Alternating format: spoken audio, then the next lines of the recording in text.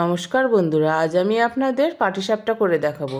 তার জন্য আমি নারকেলের মধ্যে প্রথমে আখের গুড় দিয়েই করছি। আমি আখের গুড় দিয়ে ভালো করে মেখে নিয়ে কড়াইতে দিয়ে দিয়েছি। দেখুন পাক হয়ে এসেছে, নামিয়ে নিচ্ছি। নামিয়ে ঠান্ডা করে নেব। আমি চালটা গুঁড়ো করে নিয়েছি।